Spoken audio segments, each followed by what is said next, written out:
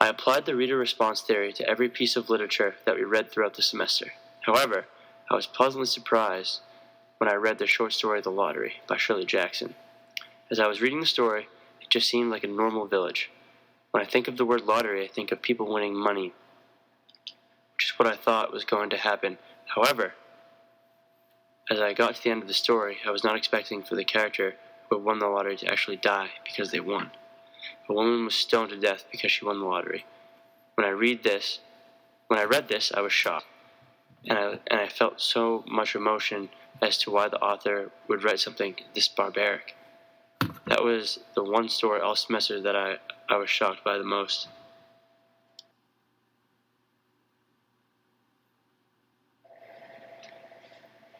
Reading strategies. Before I came to Sacred Heart and took Professor Hume's Experiencing Literature class, I would rush through my assigned readings and not pay in-depth attention to the details that are very important, trying to reveal hidden symbolism. As I learned to become a more critical reader, it became easier for me to identify rhetorical devices such as metaphors, and I was able to pick up imagery in the story more with strategies like highlighting key quotes and dialogue from the story. I also look up information about stories that I have a harder time understanding from other English professors on YouTube. I listen to them how they explain what they think the book is about.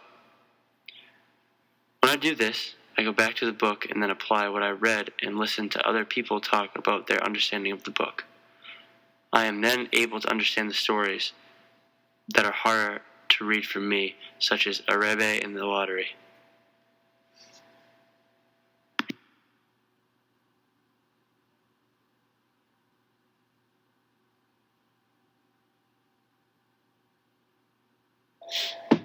My aha moment / most memorable moment. The things they carried. I really enjoyed this read. The story you had us read was beautiful and so horrible in so many different ways.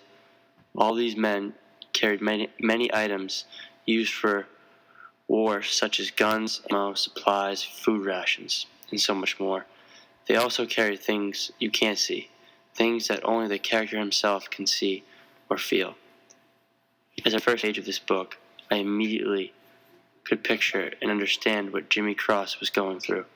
I obviously don't know what war is like, but I was seeing his pain. He was carrying his true love for Martha. He is at war and could be killed any minute, and all his thoughts are focused on this one girl. We all have had that one special person in our life, and as Cross describes his feelings for her, I know right away that this man has found that person he wants to spend the rest of his life with. I look at this as a goal in every single human being's life. It is truly a great thing.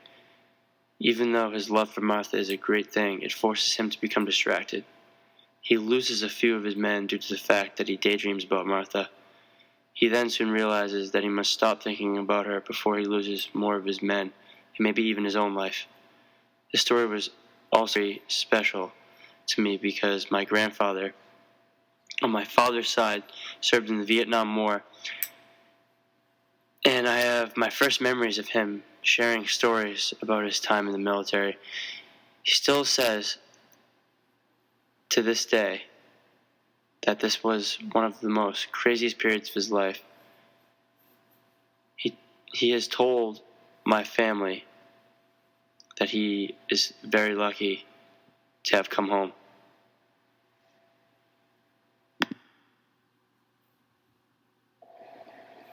Making connections / challenges. I made a connection with the mother from the short story Two Kinds. In the story, the mother wants nothing but the best for her daughter. Growing up with loving parents, they have always wanted to give me every opportunity in life, especially with hockey. With my hard work and dedication, I was able to receive a scholarship and play at a Division I school. As I kept reading the story, I just kept thinking about my parents and how they would do anything to make me the best person I ever possibly be. Like how the mother in the Two Kinds did it for her daughter. Some challenges that I faced throughout the semester was keeping up with all the assignments being on the D1 hockey team. They demand a lot of your time. This class had a lot more homework than my other classes. It made me become a better critical reader, but I found it hard to balance it with my commitment, my team, and also my other classes.